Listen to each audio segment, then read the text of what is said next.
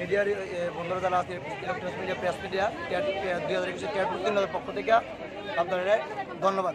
প্রথমে আজকে যে ব্যাপারটা নিয়ে হওয়া 2021 26 সেপ্টেম্বর আমরা কয়েকটা দিন পরে 1 বছর মানে বর্ষপূর্তি হইব, 1 বছর টেট পরীক্ষা হয়ে যাবো।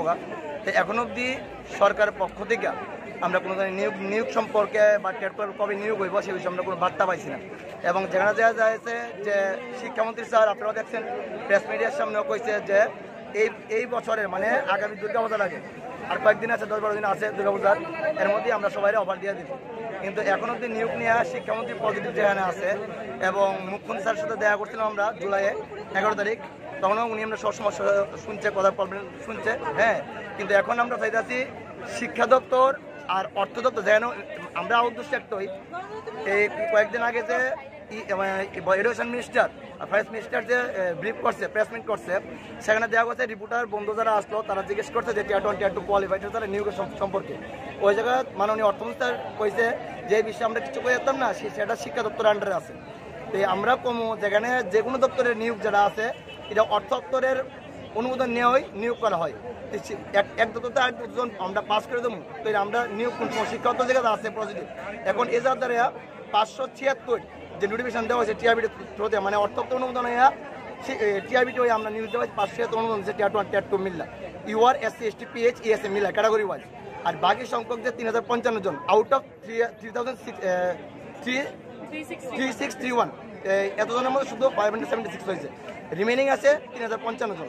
আমরা এই নিয়োগ নিয়ে এখন অবধি আমরা কোনো পদের কিছু বার্তা পাইছি না এবং আমরা শিক্ষামন্ত্রীতে খবর পাইছি এই ফাইলটা এখনো অর্থ দপ্তরের টেবিলে আছে।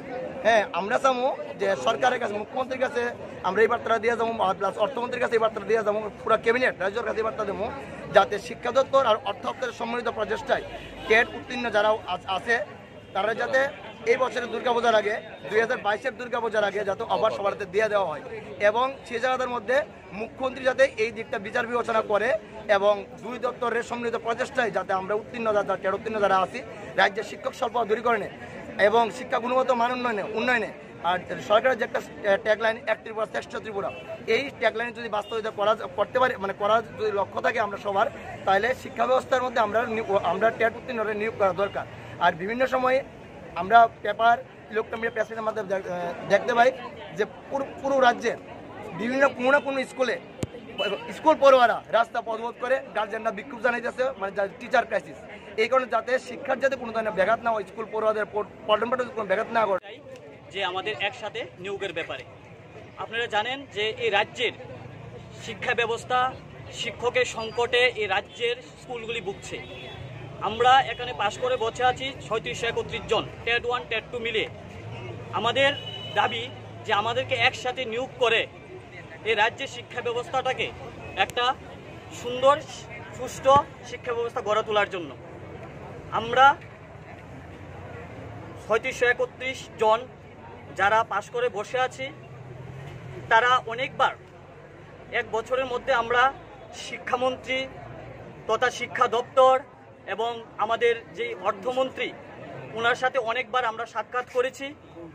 আমরা শিক্ষামন্ত্রী স্যারকে যখন সাক্ষাৎ করি, স্যার থেকে আমরা কিছুদিন আগেও আমরা আপনাদের মাধ্যমে দেখতে পেয়েছি যে উনি বারবার বলছেন যে দুর্গাপূজার আগেই আমাদের সবাইকে একসাথে নিয়োগ করবে।